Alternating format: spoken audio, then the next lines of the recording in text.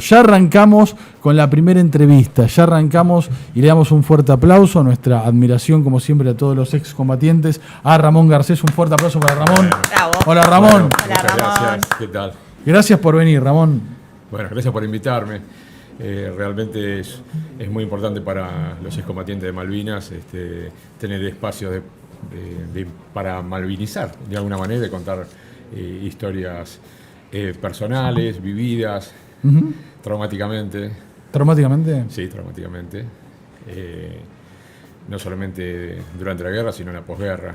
O sea que, bueno, es bastante complicado llevar adelante todo lo que sucedió después en la posguerra, principalmente debido a que generalmente todos padecemos estrés postraumático de guerra. Entonces no es muy fácil transitar la vida con ese peso, con esa carga que tenemos. ¿Cómo fue tu proceso posguerra, tu rehabilitación? ¿Cómo llevaste adelante o cómo combatiste ese estrés postraumático? Yo particularmente me puse a estudiar y seguí practicando deporte, que es lo que hice toda mi vida. Ya jugabas al vóley. Sí, desde muy chiquito, de los 10 años jugaba al vóley y hasta el día de hoy.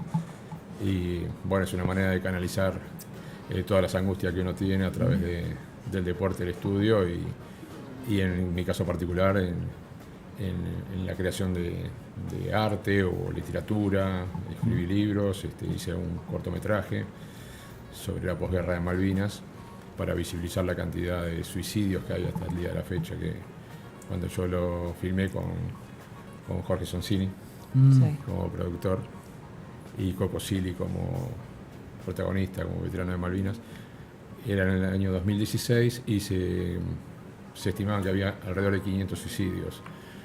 Hoy se estima que hay más de 1000. Entonces es muy doloroso, uno no se entera, no sale en ningún medio, pero bueno, es la triste realidad que vivimos. Así que yo lo transité estudiando muchas carreras universitarias. Tuviste la posibilidad. Ayer Esteban Tríguez, que vino, bueno, estuvo por entrevista por videollamada, contaba justamente que él en su momento tuvo que borrar del currículum que era excombatiente porque no conseguía trabajo. O sea, había una discriminación o claro, un mote de loquito porque habías estado en la guerra. Sí, bueno, yo particularmente no hablé por 25 años de la guerra. Bueno, él creo que estuvo 20 años también como... Sí, era muy difícil, no conseguía trabajo. Bueno, yo vendía alfajores en Liniers 4 años después de la guerra, así que imaginen, el primero que me dio un trabajo formal fue un inglés. ¿Ah, sí? Era así. Él comprendía lo que eran los veteranos de guerra. Tiene su historia bastante larga de guerras, así que él sabía, así que él me dio una mano. Por eso decía, Lean, perdóname, por eso decía también al principio que yo lo comparaba con un hecho de lesa humanidad, porque no se pensó ni en el antes, ni en el durante, ni en el después. A mí me tocó, lo digo así a la pasada, para que se den cuenta de cuando una sociedad está atravesada por un episodio tan traumático. Cuando yo estuve de visita en Colombia había regimientos completos preparados para soldados discapacitados producto de la guerra contra las guerrillas. Claro. Es decir, estaba toda una institucionalidad puesta en función de recuperar a gente que ellos sabían. Hay una parte de la población colombiana que por toda la batalla que tuvieron con las guerrillas están mutilados, pero estoy hablando de chicos jóvenes de 18 años sin las piernas. Y todo ese sitio estaba puesto en todos los aspectos, en lo medicinal, en lo psicológico, en todo dedicado a la rehabilitación. Acá nada que ver, pero lejísimo estuvimos de eso. Sí, muy lejos, realmente. Y lo que decís es un acierto. Aparte hay que pensar que todo el tema de Malvinas ocurrió dentro de una genocida dictadura militar. Así que no hay que salir porque muchos lo quieren separar, la gesta de Malvinas con la dictadura. Y bueno, Malvinas fue durante la dictadura militar. Entonces, después... Yo te quiero preguntar, perdón, porque me quedé pensando con respecto a lo que estaban hablando. Vos terminaste, porque ahora vamos a hablar de cómo has derribado un Sijar, vamos a hablar de muchas cosas dentro de la guerra, pero posguerra, vos terminás de combatir, volvés a nuestro país y vendés alfajores en los colectivos. Sí, y en Liniers también. En Liniers. Sí, unos caballetes ahí, 18 Guaymallén a 18. Eran 18 Guaymallén, un austral, para que tengan una idea. Claro. El dinero que se manejaba en ese momento. Impresionante.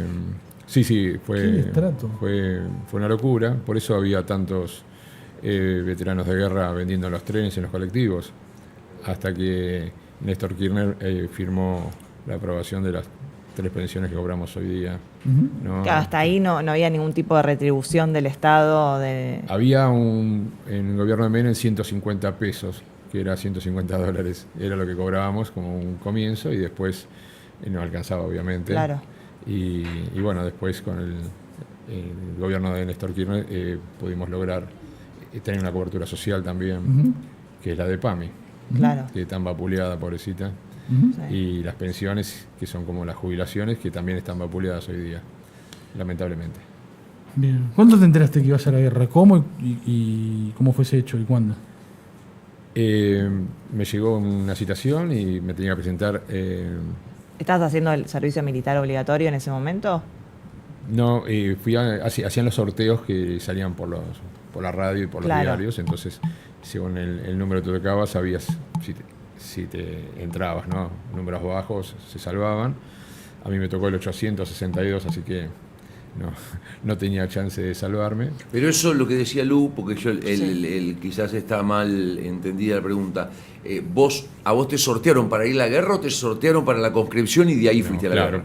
Primero te sortean para la conscripción. Ahí está. Después te dan un destino. Yo vivía a 100 metros de la primera brigada aérea del Palomar, o sea que todos mis vecinos, mi casa estaba en zona militar en ese momento. Y bueno, me llevaron a Palomar, pero me llevaron en un avión y me trasladaron a 2.000 kilómetros casi, a Comodoro Rivadavia. Sin saberlo. Sin saberlo, nos decían que íbamos a Córdoba. Igual la maldad era, estando a 100 metros de la brigada de Palomar, que te mandan a 2.000 kilómetros. Claro. Hacía una maldad tremenda. Y ahí, con prácticamente nada de instrucción, decidieron que el grupo donde yo estaba, que era el grupo de artillería antiaérea, se traslade a Malvinas. Así que el martes 13 de abril llegué a Malvinas. Me incorporaron el 11 de enero y el 13 de abril ya estaba pisando tierra malvinera. O sea, la instrucción es nada. Nada, o sea, No, yo tuve 2 clases en un pizarrón, por ejemplo. No. Cómo operar un cañón antiaéreo. No. Bueno, había un pizarrón y entonces hacíamos dibujitos y ese señor, ese teniente, en Malvinas dijo: ustedes son carne de cañón. ¿Lo dijo? Lo dijo, sí. Bueno, las reacciones no fueron las mejores esperadas para él, pero sí, llegué a Puerto Rivero, en ese momento se llama Puerto Rivero. Bueno, hicimos unos trabajos ahí en el aeropuerto y después nos trasladaron a Puerto Darwin, a la zona de Darwin y Goose Green, en Pradera del Ganso. Después se llamó Puerto Argentino, un día después. Y bueno, me tocó estar en ese lugar que es muy cerquita donde se encuentra el cementerio argentino, en nuestras Islas Malvinas, y a donde se libró las batallas más sangrientas de la guerra, lamentablemente para nosotros que estuvimos ahí. Y bueno, es un lugar inhóspito, lejos, sin nada, no había una piedra, un árbol. Es muy difícil. Fue muy difícil el día a día, con tanto frío y después con tantos bloqueos, que no había alimentos. Bueno, lo que todos saben, fue muy difícil, un lugar muy difícil. Y cuando nos tomaron prisioneros, la guerra continuaba, así que no la teníamos tan fácil. A vos te dieron, por lo que interpreté, a vos te dieron 2 clases de cómo derribar un avión, de cómo operar el cañón. Cómo operar el cañón para derribar un avión, y aún así lo lograste. Derribaste un Sea Harrier. Contame esa historia. Sí. Contanos esa. Bueno, nos atacaban ya después del 1 de mayo, que fue el primer ataque británico, donde el lugar donde me encontraba yo fue muy triste porque había 12 aviones en la cabecera de la pista y mi cañón estaba atrás de esos aviones. Entonces cuando entraban a bombardearon no la pista, sino los aviones, y todo lo que estábamos atrás volamos por el aire, que fue allá donde me dieron por muerto en combate. Y bueno, eso fue terrorífico, así que después reorganizaron todo. Estaba a cargo un teniente Darío Balaza, que sabía de artillería. Entonces empezó a reorganizar. Esos son los cañones antiaéreos. Empezaron a reorganizar las posiciones de los cañones Y bueno, y después atacaban casi todos los días, ataques aéreos y navales. Y entre tantos ataques aéreos, uno estaba practicando, aprendiendo en ese lugar, porque no sabíamos nada. Así que le errábamos a la mayoría de los tiros. Para ahí le pegamos un ala, una cola, decían que se iban averiados, no sabíamos nosotros. Pero ya terminando la batalla final nuestra, que fue el 27 y 28 de mayo, el día 27 venían a atacar por segunda o tercera vez los aviones Harrier, eran, y yo digo, bueno, no puede ser que no le peguemos a ninguno. Entonces apunté a uno solo. Digo, voy a apuntar a uno solo y que pase lo que pase. Entonces le empecé a seguir a uno. Le disparaba y se iba para allá y atacaba otro avión, pasó por arriba mío. Era muy terrorífico eso. Pero volaba todo, porque ellos no venían paseando, ellos venían disparando, ¿no? Claro. Y ese avión que yo le estaba apuntando que se fue, dio toda una vuelta y volvió a descargar todo lo que tenía. Y yo justo lo estaba apuntando, así que le pegaba y se fue. Y después se escucha una explosión enorme. Pero no imaginé que era el avión. Imaginé que era cualquier otra explosión porque estaba lleno de explosiones. Sí. Y bueno, después vinieron a felicitarme el jefe de la artillería, Balaza, y algún compañero que habíamos derribado ese avión. Bueno, y después lo confirmó los observadores adelantados que están en las colinas. Dicen, bueno, explotó un avión, ellos lo veían cuando entraban y el otro cuando explotó. Y así que después me enteré que había sido el mejor piloto de ellos, el mejor piloto británico, Bob Evenson. No lo sabía. Y 30 años después me enteré que estaba vivo. Así. Bueno. Sí, la verdad que fue... ¿Sobrevivió? Sí. Mira. Yo no sabía nada. Pensé que había explotado con el avión. ¿Y qué te pasó con eso? Y me alivio bárbaro, me puse feliz. Claro. Que claro. El objetivo era derribar el avión, no matar al piloto. No, y vale. bueno, 30 años después tuve una alegría al menos. Y después me quisieron cruzar con él. En la BBC de Londres nos invitaron para hacer un programa especial. Y yo no acepté. ¿Por qué? Hay heridas muy abiertas todavía, hay mucho dolor, familia, amigos, todavía parece, son 44 años, pero está todo permanente, todos los días lo vemos, ¿no? Y aparte después me insistían y le dije que sí, no tengo problema de ir. Cuando nos devuelvan las Malvinas, le dije. Y bueno, se armó un lío bárbaro ahí. Claro, sí, no le gustó mucho eso. Pero yo creo que no es momento para hacer un show mediático con tantas muertes. Y aparte con la disputa de soberanía, principalmente. Y vos contabas que te dieron muerto en combate, te dieron por muerto en combate. ¿Qué pasó? Sí, como atacaron en la zona donde estaba yo, volamos todos por el aire con las bombas, la onda expansiva, y yo caí y había 7 suboficiales mecánicos de los aviones Pucará que habían fallecido. Yo estaba entre ellos también, pero estaba desvanecido, desmayado. ¿No tuviste heridas en ese momento? No, en los oídos y ese tipo de cosas que adentro uno se siente mal porque es como algo que empuja desde adentro, que lo levanta. Yo volé como 8 metros. Todos nos pasó lo mismo. Y tuve la suerte de no morir, pero me anotaron en el listado de los muertos y entonces después tuve... ¿Eso llegó a tu familia? Llegó hasta Comodoro Rivadavia, que lo recibieron mis compañeros de servicio militar y dijeron, no le podemos avisar esto. Yo tampoco sabía que estaba en la lista. Claro. Me enteré después que cuando vino un suboficial con unos misiles, yo lo fui a ayudar y me mira, me dice, ¿qué haces acá? Me dice. Y me mandaron acá, ¿qué sé yo qué hago? Claro. No, ¿qué haces acá vivo? Me dijo. ¿Cómo que hago acá vivo? Estás en la lista de los muertos. Y bueno, ahí empezó todo un lío, que había que avisar a Puerto Argentino, que avisen a Comodoro Rivadavia. Bueno, al final, cuando nos tomaron prisioneros de guerra y pasamos por la Cruz Roja Internacional, había que decir el nombre y la fuerza donde estuve. ¿No? Entonces, cuando le digo mi nombre al de la Cruz Roja Internacional, no me encontraba en las carpetas. Entonces buscaba, no me encontraba. Eso fue en Montevideo, en Uruguay. Y hasta que yo le dije, me parece que me dieron por muerto, ¿puede ser?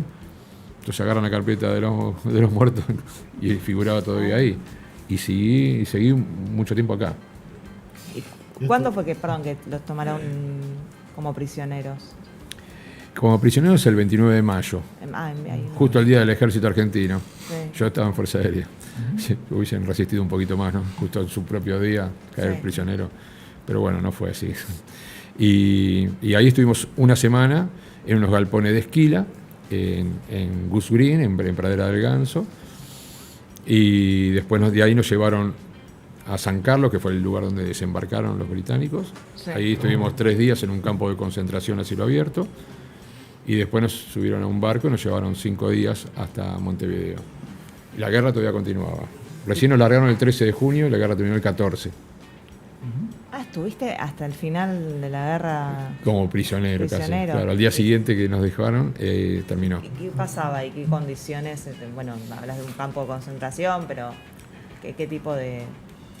No, la primera semana no querían que nos paremos, que pasemos la cabeza de los bordes de los corrales. Sí. Una semana encerrados ahí críticamente, desnutridos, con lo que había para comer en los bolsillos. Y después los otros 3 días fueron peores porque estábamos a la intemperie, en ese campo de concentración a cielo abierto. Y después a la noche nos ponían adentro de unas cámaras frigoríficas en desuso, pero tenían 1 o 2 bombas argentinas sin explotar en los techos. Era terrible eso. No sabía si quedarte adentro, porque seguían atacando los aviones argentinos. Claro. Y no sabía ¿Y esto trascendió, llegaba a la familia de los prisioneros de alguna manera, el ejército argentino? ¿Que estábamos prisioneros nosotros? Sí. No sé, yo después me enteré que salió un artículo que los prisioneros de Darwin veníamos desde Uruguay, pero no sé qué pasó. Yo después hice una investigación con tema para hacer un libro, y que tiene que ver con medios de comunicación en tiempos de guerra. Y bueno, traté de investigar un poco y más que nada tomé las tapas de la revista Gente y 7 Días, que eran explosivas, y manejaban, digamos, colectivamente lo que querían que la gente sepa, que estábamos ganando, y eran todas mentiras realmente. Nosotros nos enteramos por Radio Carve o Radio Colonia, los noticieros de Uruguay, algo de lo que pasaba donde yo estaba, o cerca, no sabíamos nada. Así que todo lo otro me lo enteré cuando regresé. Es impresionante la historia. La vamos a sumar a Estela Morales, enfermera también, veterana de Malvinas. Hola Estela, la verdad un placer, el honor de estar con vos.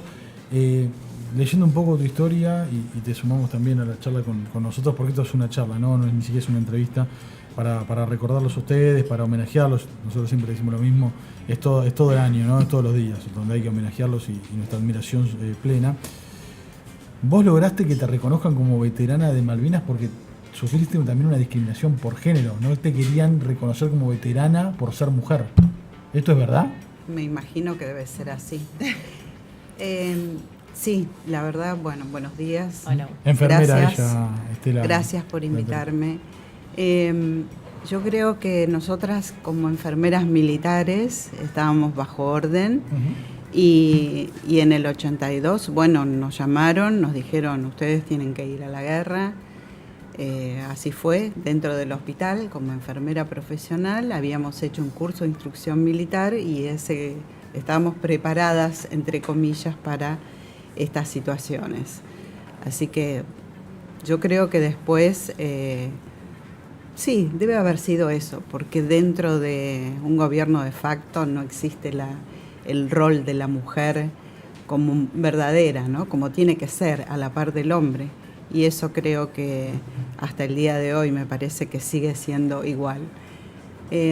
Nosotras realmente estuvimos a la par, estuvimos trabajando en un hospital reubicable en Comodoro Rivadavia.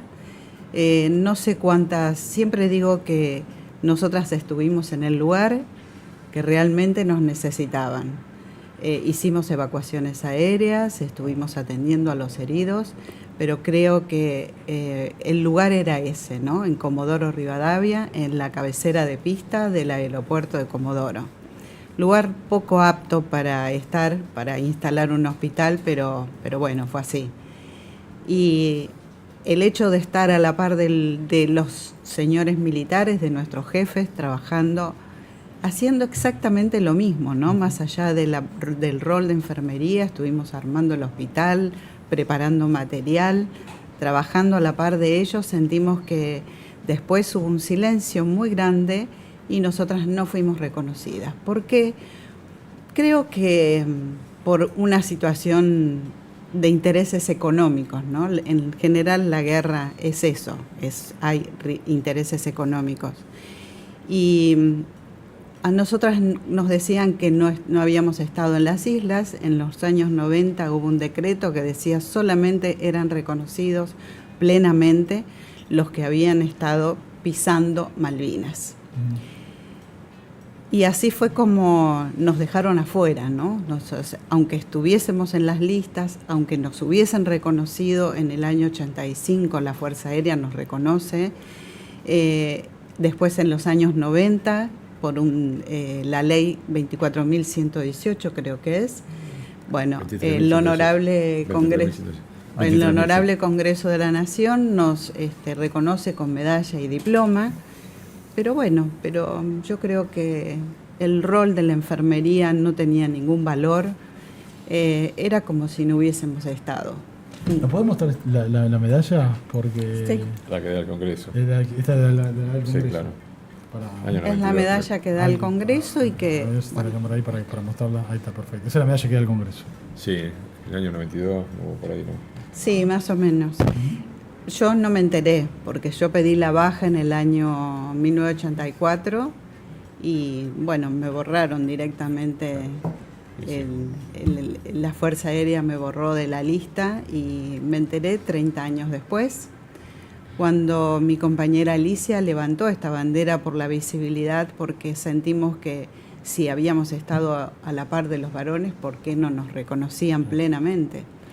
Y así fue que empezamos a caminar, a golpear las puertas, e inclusive fuimos ahí a la Fuerza Aérea y dijimos, ¿por qué nosotras no estamos reconocidas? ¿Y si qué estuvimos decían? con ellos. Claro. Y me respondieron así fríamente, si querés ser reconocida tenés que hacer juicio. Y si querés, tengo un abogado. Le digo, no, quédate tranquila, nosotras vamos a buscar abogado y vamos a hacer juicio.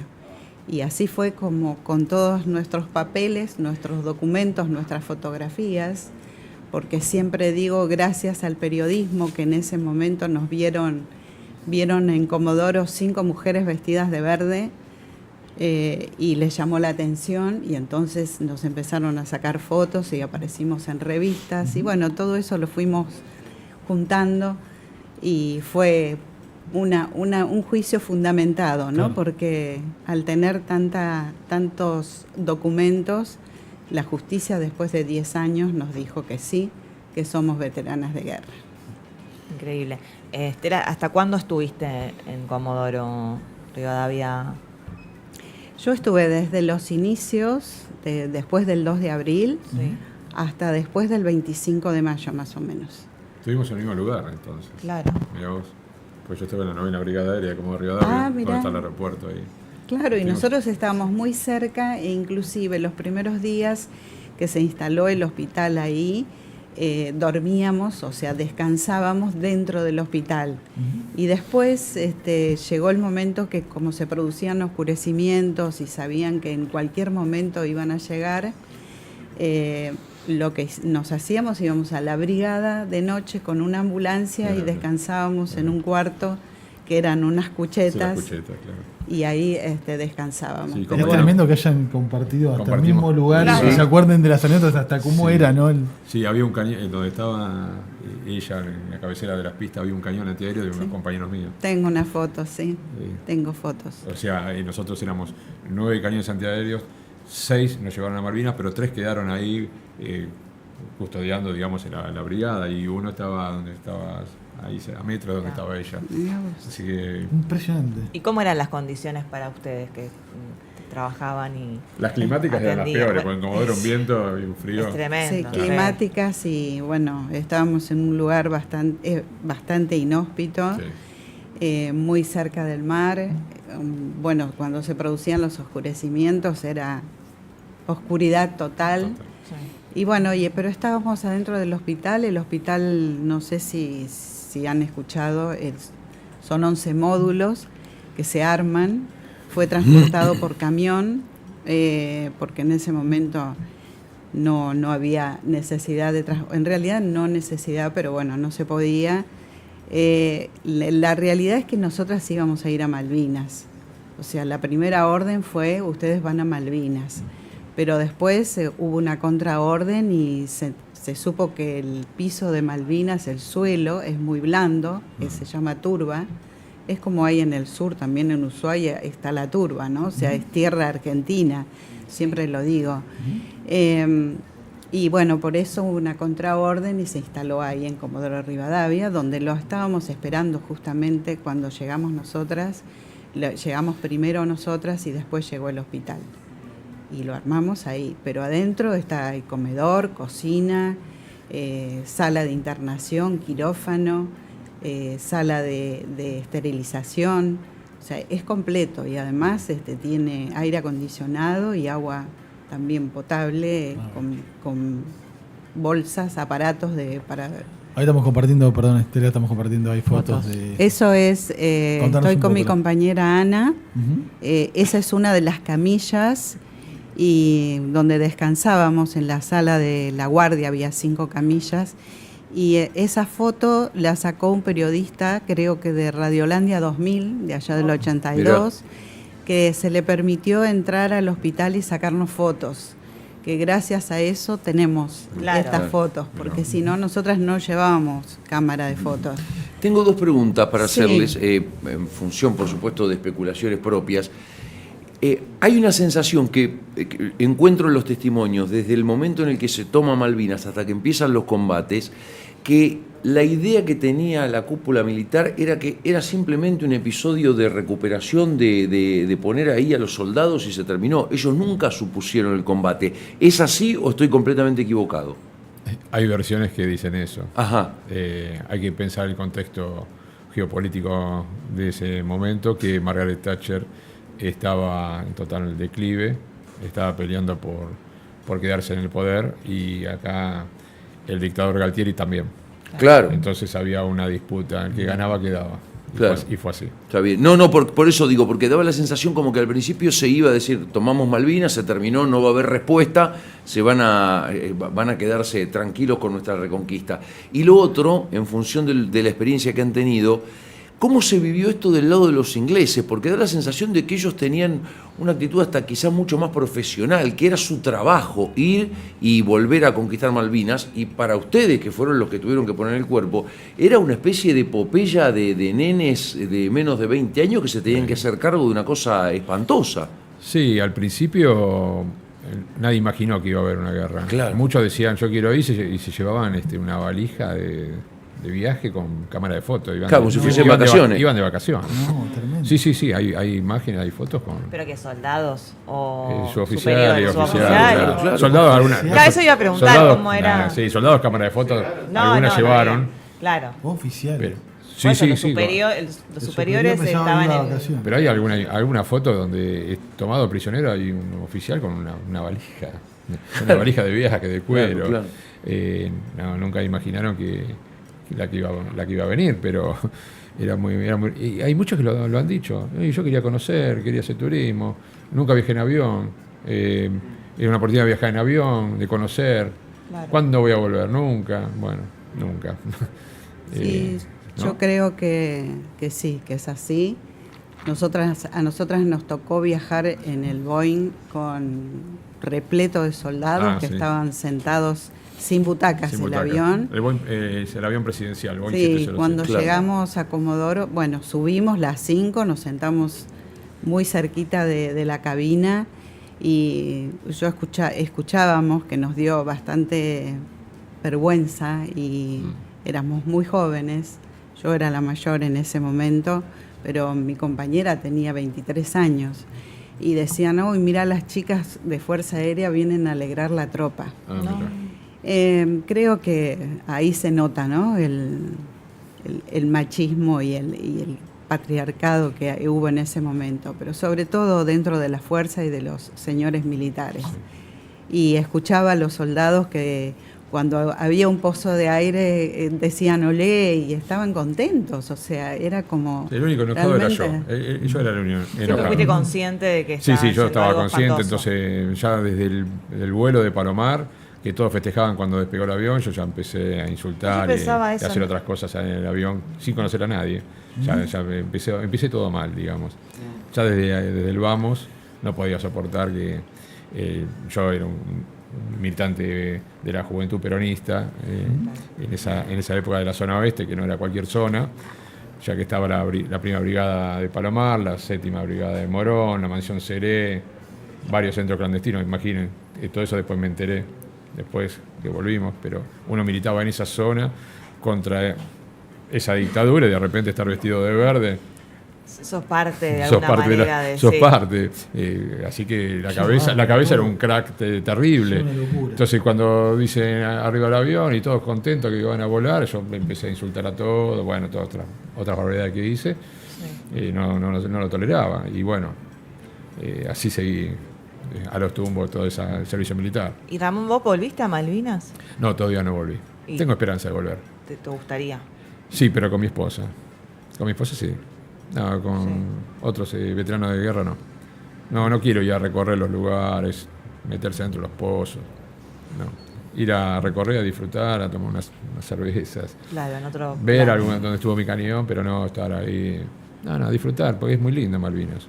La verdad que el mar azul, todo verde, lleno de los pingüinos. Es preciosa Malvinas, así que me gustaría ir a disfrutarla, no a padecerla. Claro. Eso sí, nada más que eso. ¿Qué sienten cuando hay un político, no voy a nombrar quién, pero ustedes imaginarán, se siente con una admiración profunda por Margaret Thatcher? No sé, vamos a preguntarle a las damas primero. Te da una sensación de incomodidad, de bronca, de situación que realmente uno no puede manejar, ¿no? Porque si no tendríamos que salir todos a la calle a levantarnos y la violencia no sirve, no va.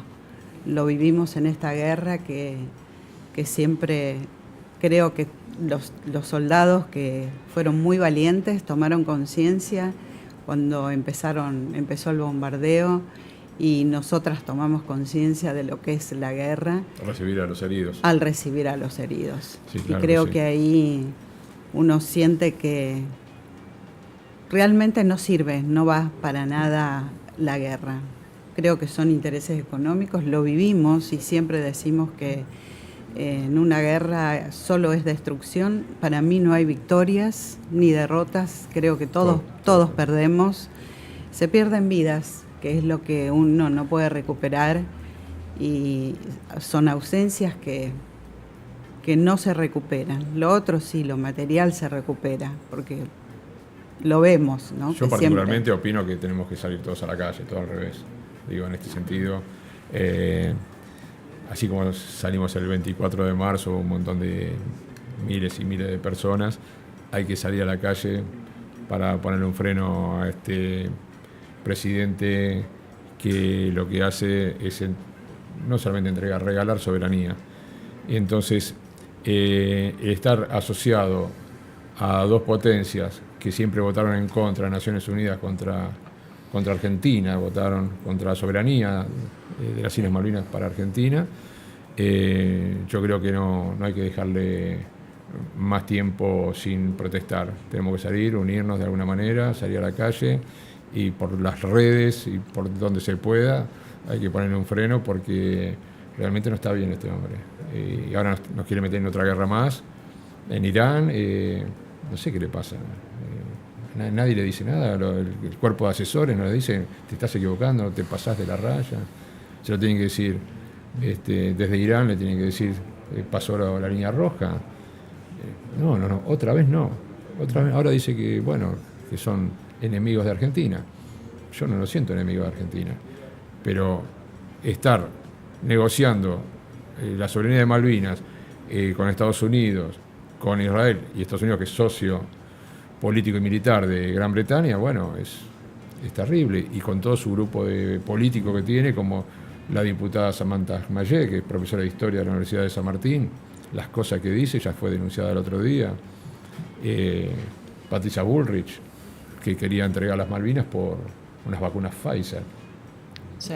Mi colega entrenador de vóley, Fernando Iglesias, que decía que las Malvinas son inglesas, y no solamente las Malvinas, sino toda la Patagonia son británicas. Bueno, y nadie dice nada. Nuestros representantes, ¿dónde están? Representantes políticos y representantes militares. ¿Dónde están? Los militares ahora, bueno, los tienen desahuciados. Este mismo gobierno lo terminó de financiar, le vaciaron la obra social militar y ahora hay una lluvia de presentación de retiros de la Fuerza Armada porque cobran una miseria los militares. ¿Qué sería? Sí, la gestión de Petri pasó, ¿no? La gestión de Petri, específicamente. Compran aviones que no vuelan, todo ese tipo de cosas. Y nadie va a decir nada por no discutir, por no pelear. No, hay que pelear, hay que salir, y hay que pelear por nuestros derechos y por nuestra soberanía. Que el presidente Milei se deje de vender en nuestro país. Eso es mi posición. Perdón, sí. Pero perdón. bueno, Sí, perdón. Perdón. No me falta que ustedes pidan perdón. Bueno. Perdón, mi posición es diferente. Sí, No por voy a eso, no, decir. por eso yo te dije hablar primero para poder decir que... Yo creo lo mío. que hemos pasado por una guerra, como lo dije. Creo que la violencia no te lleva a nada. No hablé de violencia igual yo, ¿eh? Hablé que tenemos que movilizarnos y tenemos Decir que salir a la expresarnos. calle, Y yo hay creo salir a que la calle. ya es una manera de Claro, el 24 de marzo salimos todos llamar. abrazados. Salimos Está todos bien. abrazados a la calle yo con creo chicos, que hay otras familias. maneras y yo ahora pienso que no, el único camino es la paz. Sí, No pero creo cuando quisieron que- hacer el 2x1 salimos todos a la calle y se tuvo que retractar eso en el gobierno del otro, Mira, sé que las vendepatria de Macri. Las Islas Malvinas tienen un solo color, celeste y blanco. Yo no lo voy a manchar con ningún gobierno político. No, bueno, pero depende de la política. Nosotros, si Yo no- sé que si todo no quiere- depende si de no la se política. quiere la guerra, sé que vamos a la todo parte depende de la diplomática. política, pero me parece que los que fueron a la guerra, y si no, preguntarle a las madres Pero yo fui que a la guerra, sientan, sí. que, bueno, pero preguntarle a las madres Y no que la han pasé bien. perdido a sus hijos, Sí, han sí. perdido a sus hijos, y creo que esos 649 héroes que quedaron allá nos tienen que dar el ejemplo de que han dado la vida por esto, por recuperar las tierras que son nuestras, Héctor Bordón, pero digo. de una manera hay que recuperarlas de otra manera. eso estoy de No acuerdo, importa, yo diplomáticamente. creo que no lo voy a vivir, pero me parece que otra guerra en este país. No, yo no hablé de guerra. No. Dije, eso Bueno, en lo las que Naciones quieras Unidas hacer. es diplomáticamente. No, diplomáticamente sí. Pero para eso hay que llevar un mensaje a Naciones Unidas y en otros gobiernos. Creo que los jóvenes juntaron de hoy- votos del G77 más China, de todo Brasil y todos los países del Caribe apoyaban la postura argentina. Ahora no están ninguno. Déjeme decirle que. Es diplomacia. Déjeme decirle que valoramos muchísimo el contrapunto de opiniones. A mí me encanta que estén de acuerdo o que estén en desacuerdo y que puedan debatirlo, porque en definitiva, vos sos una heroína, Estela, y vos sos un héroe, Ramón. Entonces, nosotros aprendemos y nos fomentamos, pueden tener opiniones distintas, pero cuando hay que pelear y cuando hubo que poner los huevos, los ovarios sobre la mesa, ustedes viajaron y pelearon por nosotros. Así que los contrapuntos, los acuerdos, las diferencias, por lo menos acá en Cíclico, y como un poco cabeza del stream, la verdad que yo lo valoro muchísimo. ¿Tenés la rosca de Pascua para traerle? Porque la verdad que queremos regalarles algo. Seguimos con la nota, pero queremos regalarles algo. Por también, supuesto. porque Regalitos. hay un regalito porque se viene la Pascua, queremos festejar con ustedes. Bueno, muchas Ahí gracias. está, Ramón y Estela. Muchas gracias. Está- Mirá qué linda sorpresa. Fue una, Mayor. fue una negociación. No, mentira. Un saludo grande a Fede de Plaza Mayor, gracias a Plaza Mayor, la mejor cocina española. Vamos a ir a comer todos, obviamente. Vamos a invitar Hay también chopeando. a Venezuela 1399 en Cava para poder. Hay que chopearlo un poquito. A ver, chumeala, Ah, chumeala. mirá, nosotros. mirá. Quiero mostrarlo. Miren qué regalito. Yo te No, cuento- pero es una bomba además. Bueno, muchas gracias al que lo... No se merecen menos. Les cuento cómo fue la historia. Lu estaba obsesionado con la rosca de Pascua y Yo tuvo que soy empezar. fanática de la roca de Pascua, que Yo también. la realidad es que se come en esta esta época. época. Después, algunas confiterías siguen haciendo durante el año, pero bueno, en principio es esta época. Claro. Entonces, comenté Bueno. eso y Hicimos la negociación pertinente y nos mandaron muchas, así que más allá de lo que nos mandaron, queríamos obviamente agasajarlos ustedes porque Qué generosidad, nos ¿eh? admiramos. Un saludo grande a Federico de Sí, Plaza un Mayor. grande Fede. Un Bueno, grande Fede. Bueno, continuemos. A mí me encanta, sinceramente me encantan los acuerdos, las diferencias, y como dije anteriormente, ustedes dos son dos héroes, y también les quiero preguntar, porque vos recién hablabas de lo que significaba el post-guerra, ¿no? Lo que significa reinsertarse en la sociedad, lo que significa que te reconozcan también a vos, Estela, como veterana de Malvinas. ¿Y ahora qué? ¿Cómo ven el futuro? Porque ayer nos contaba también, Ernesto era, Tríes, Ernesto, sí. Nos contaba, Esteban nos contaba que la diferencia entre nosotros e Inglaterra es que Inglaterra ya planifica de acá a 100 años cómo recuperarlas. Nosotros, viendo los temas allá de lo que significa la política, ¿tienen esperanza de que un día se va a recuperar? ¿Lo ven lejano? ¿Cuál es su punto de vista? Te veo susceptible y está muy bien que así sea. No pasa nada. No sé de dónde sacó la información Esteban Tríguez, pero bueno, yo soy politólogo, trato de informarme y esa información no la tuve, así que le agradezco. No sé la fuente, pero bueno, es un poco difícil porque son países que toda su vida estuvieron en guerra, así que siempre están planificando algo. Siempre están planificando. Sí, así que en ese aspecto le doy la razón a Esteban. Sí, lo supuso, si siempre planificaron, ¿por qué no lo van a hacer esta vez? Pero bueno, esto es de largo aliento, es de acuerdo al tipo de gobierno que ejerce acá en Argentina, son los avances que se tienen de apoyo a nivel internacional. Esa es la única, o sea, tuvimos el gobierno, por ejemplo, de Néstor Kirchner y de Cristina Fernández, que ellos trataban de buscar apoyo para llevarlo a Naciones Unidas. Tenemos el gobierno de Macri y el de Milei, que no les interesa. Le interesa el negocio, lo que decía acá bien ella, que decía que esto pasa por la plata, el dinero y los recursos naturales, citícolas, hidrocarburos, petróleo, el agua de la Antártida, el canal bioceánico para sacar todas las riquezas nuestras. Bueno, este es un gobierno que está para negociar con una base militar de Estados Unidos en la capital de nuestras Islas Malvinas, prácticamente, en Tierra del Fuego. Entonces, es difícil. Hay que apostar a otro tipo de gobierno que sea más patriota y que, bueno, intente recuperar la soberanía de nuestras islas. Por vía diplomática, nada de guerra. Por vía diplomática. Estela, ¿te tenés fe vos? Mira, no sé si yo no lo voy a ver, pero creo que el camino que estamos haciendo con mis compañeras, que estamos recorriendo escuelas y contando lo que fue realmente el 82, yo creo que yo no lo voy a ver, pero es muy probable que los jóvenes que están investigan muchísimo, se interiorizan sobre lo que pasó y lo que se podría hacer, y creo que sí, pero no militarmente. Me parece que si es como en el 82 militarmente creo que fallamos.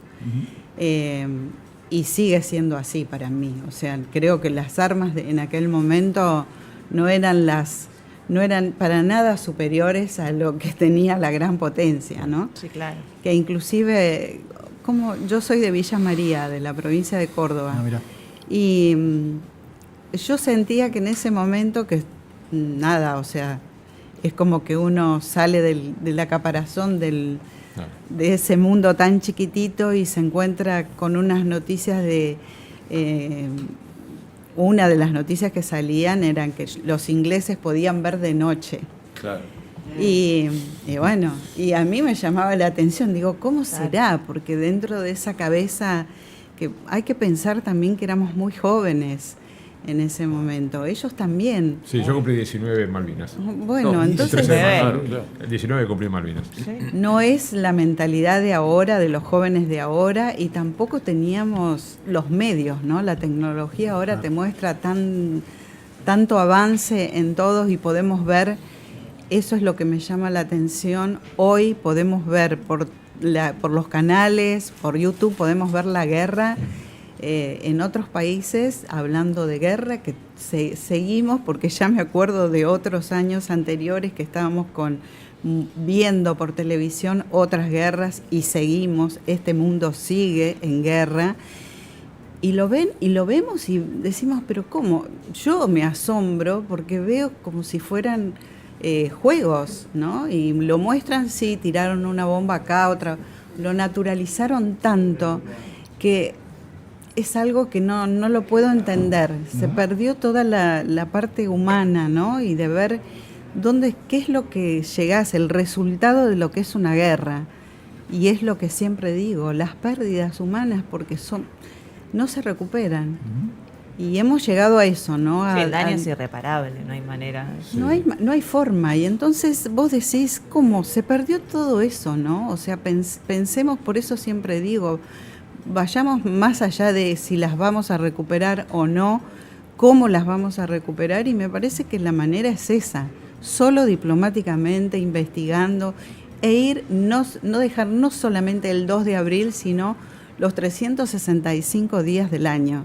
Buscar, investigar, especializarse y tratar de alguna manera llegar a, por supuesto, hay que caminar y hay que golpear puertas. Yo siempre lo digo, nosotras hemos logrado lo que logramos, que la justicia nos reconozca, que la sociedad sepa de nosotras, de las enfermeras que estuvimos en la guerra, gracias al periodismo, pero gracias también a caminar y a levantar la voz. Pero levantar la voz en paz, ¿no? Sin gritar, sin ir a la violencia, sin levantar... No, solamente hablando y contando. Él se ríe, pero es la realidad. No, porque cuando me escuché, vamos a golpear puertas, está bien, a veces hay que derribar las puertas porque no las abren. El problema está en que yo creo que pasa el tiempo y quizás, a mí por lo menos, me resulta muy, muy increíble todavía que la humanidad haya o insista en dejar en manos de un puñado de asesinos estas decisiones. Porque yo creo que la mayor parte de la humanidad tiene aspiraciones a la paz y a vivir en tranquilidad. Y ni siquiera me parece una situación hipócrita de decir, la gente dice que quiere paz, pero al mismo tiempo envía a sus líderes a la guerra para obtener mayores beneficios. Me parece que no pasa por la mayoría y que con el paso del tiempo y la historia de la humanidad, como ocurrió en Malvinas, que un puñado de militares decidieran por todo un pueblo ir a buscar, a reconquistar islas que estaban en poder de Inglaterra hacía 149 años. No es que las Malvinas se las habían apropiado los ingleses 10 años antes, 149. Y sin embargo dispusieron de todos los recursos humanos, económicos y de elementos militar de la nación, sí, para ir a hacer una patriada de un grupo de tipos que se querían quedar en el poder, y la sociedad civil lo permitió. Bueno, pero sin ir más lejos, no sé, ahora, viniendo a la actualidad, Trump lo mismo, Irán, exactamente, tomó una decisión sin pasar por el Congreso. Totalmente de acuerdo. No se olviden eso es lo que el negocio de las armas, ¿no? De los claro, pero ¿cuántos lo deciden, Ramón? Claro, ¿Cuánta gente está en eso? Muchas veces hacen guerras para vender armas después, y aviones y todo elemento militar. Eso es, la verdad que es escalofriante como síntesis de entonces lo que me das la razón. Sí, por supuesto. Me das la razón. Lo que sí digo respecto. Y a mí también. Sí, por la vía diplomática. Pero claro, lo que sí dice Ramón, con lo que yo coincido también, es que más allá de la aspiración que uno puede tener a transformarse en un pacifista, la historia del mundo ha demostrado que nunca quien tiene poder lo cede generosamente. Sí. Es aquello de que la violencia es la partera de la historia, no creo que sea una proclama ideológica, es una realidad demostrada por los hechos. Los poderosos nunca quieren entregar el sitio que tienen, más allá de las negociaciones que uno quiere establecer. Y eso impone, por lo menos desde mi punto de vista, tener que salir a dialogar y a establecer la disputa en el terreno que quiere el rival, no en el que quiere uno. Y les agrego algo también. Zelensky es un ejemplo. Sí, y les agrego algo también. Yo entiendo que erramos, y está muy bien por la vía diplomática, como tiene que ser. Hay que ver si en estos momentos tenemos los funcionarios capacitados para poder hacerlo. Digo, hace poco tuvimos un gendarme que tuvo que traerlo a la Asociación del Fútbol Argentino. Hay un gendarme todavía en Venezuela del cual no tenemos ni idea. Hay una chica que te podemos decir si está bien o está mal, que la tuvo que traer un expresidente de la Nación con una diputada. Digo, tenemos un canciller que parece que está jugando un partido de fútbol, digamos. Eso también. Yo pregunto, a mí me encantaría lograrlo por la manera pacífica, pero este gobierno, más allá de esto es una conclusión, una opinión, no los quiero comprometer a ustedes, ¿está capacitado para poder hacerlo? Bueno, la vista no puede tener un gendarme de Venezuela. No, y además, lo otro que yo quiero decirle, que por lo menos ratifico un poco, no lo que yo pienso, insisto, es lo que me ha enseñado la historia, es que aquellos que lo intentaron diplomáticamente tampoco pudieron, incluso con toda la voluntad de hacerlo. Por lo que digo, el que tiene el poder, ¿por qué Inglaterra se sentaría a negociar Malvinas con Argentina? Bueno, ¿Bajo qué circunstancias? Nosotros lo hemos podido hacer. Cuando tuvimos la capacidad política y sobre todo en política exterior, con políticos de fuste, hemos logrado cosas importantes como que Inglaterra se tenía que sentar a charlar. Sí, pero lo que quiero decir es La eso. resolución 2065. La resolución 2065. Es- Lo digo porque es hasta ahí. esa es la... Bueno, No, pero estoy de acuerdo. somos muy también, nosotros somos muy es muy nocivo todo, digamos, nos autolesionamos muy fácil. Puede ser, sí. Pero cuando tuvimos gente capacitada lo hemos logrado.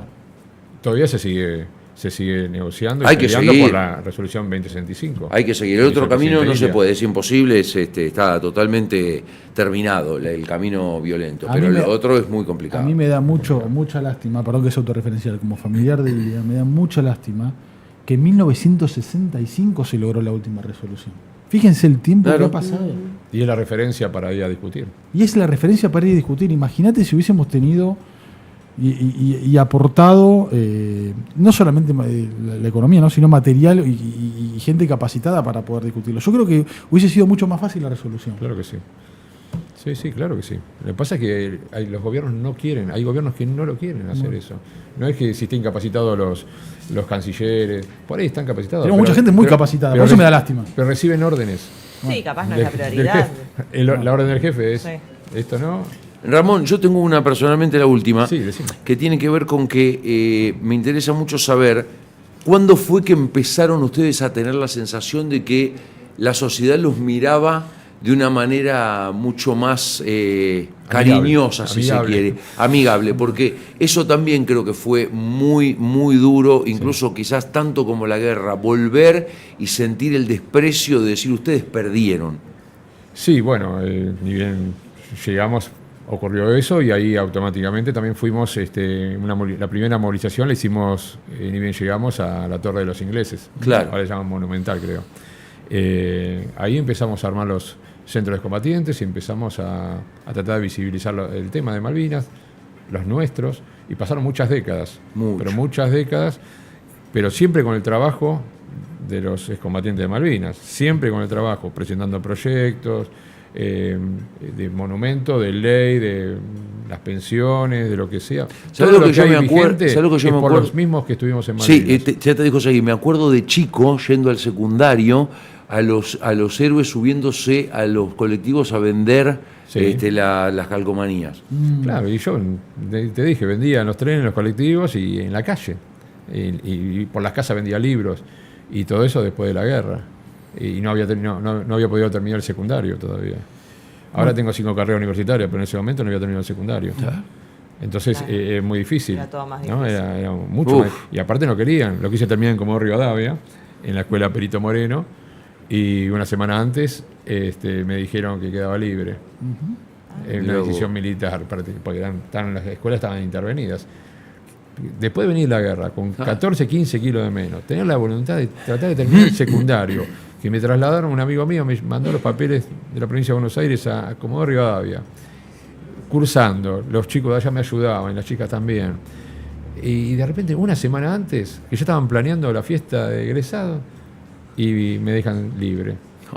Entonces, muy doloroso, venir de la guerra, no poder terminar el secundario, en el sur, a 2000 kilómetros de mi casa. Es muy duro eso, es muy duro. Para Y- cerrar, sí, perdón, porque es muy interesante escucharlos. Para cerrar, les quiero pedir una breve reflexión a cada uno. Tienen la cámara para poder mirarlos y nosotros atentamente escucharlos acerca de lo que significa, no solamente el 2 de abril, ¿no? sino también ser veterano, sobre todo para explicar a los chicos, ¿no? Mucha gente del otro lado, mucha gente que está escribiendo al tweet y a YouTube. Honor y gloria al Escuadrón Alacrán de Gendarmería Nacional, levantar la voz y banderías políticas. Saludos de San Martín, dice Silvia. Patricia, que también acota. Leandro dice que tiene una hermosa mañana, hermoso programa. Bueno, a toda la gente que nos está escribiendo, una breve reflexión les pedimos ambos antes de despedirnos. Bueno, como enfermera profesional que estuvo participando y atendiendo a los heridos que llegaban de las islas, creo que hay que poner en valor la labor de la mujer, que siempre ha sido de alguna manera silenciada y menospreciada. La enfermería está presente siempre, en todo momento, desde el momento en que nacemos hasta el momento en que partimos de este mundo, y es una labor más que importante. Yo creo que no solo el 2 de abril hay que estar recordando las Islas Malvinas y lo que pasamos y cómo se recupera, sino que hay que trabajar siempre. Hay que trabajar todos los días para volver a recuperarlas, pero con la negociación, con una mesa de negociaciones, con la palabra, caminar, hablar, investigar. Para los más jóvenes siempre les decimos que el único camino es la paz, que siempre hay que buscar la manera de recuperarlas, pero no con la violencia.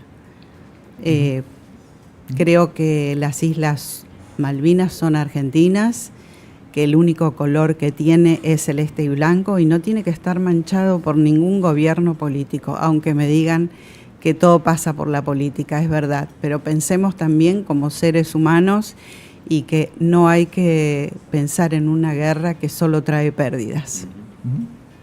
Bueno, yo puedo decir que realmente me siento muy bien cuando me invitan a las escuelas, a los centros culturales, a hablar de Malvinas, a sembrar un poco de Malvinas. Ayer estuve en el Club Ferrocarril Oeste, mi club, con chiquitos de segundo y tercer grado. Había uno que sabía más que yo de Malvinas, eran increíbles, divinos. Bueno, destaparon unas placas con nuestros nombres, todo muy emotivo. Y yo creo que es la manera, ¿no? Yo cuando voy a una escuela llevo el cortometraje que hice con Jorge Sonsini, que dura 12 minutos, para que vean lo que estamos padeciendo nosotros, que tomen conciencia de hacer cine-debate. Entonces ahora a las escuelas secundarias, a las universidades voy con la película. Y yo creo que es un momento para poder trabajarlo colectivamente. Sabemos que en las escuelas, como me han dicho en mi escuela, que fui el otro día, que se cumplía 60 años su inauguración, en Palomar, trabajan el 24 de marzo, muy pegado con el 2 de abril. Sí. Entonces, también hay mucha información ahí de un gobierno que fue una dictadura, ¿no? Siempre poniendo ese contexto. Yo creo que tenemos que seguir nosotros caminando, dando charlas, visibilizando la causa Malvinas, sembrando un poco de esperanza también. Coincido con Estela, siempre pensar en la recuperación de la soberanía de las Islas Malvinas, por la vía diplomática, por la paz, pero acá internamente nosotros tenemos que salir a las calles y tenemos que exigirle a los gobiernos de turno, sea cual sea. Lamentablemente siempre son los mismos que entregan nuestro país, lo venden. Decirle que nosotros queremos otro tipo de política, la que dice Estela, la de la paz, la de recuperación, no la de la entrega. Claro. Es todo lo contrario. Sí, obvio. Bueno, muchísimas gracias a ambos. Un fuerte aplauso para Ramón y para Estela. Gracias por prestigiar Rozando el Caos. Gracias por prestigiar, obviamente, el programa. Y la verdad, muchísimas gracias por venir. Muchísimas gracias por la invitación. Gracias. Muchas gracias. Se llevan la rosca, Hablando de política, me llevo la rosca. Hablando de política, Claro.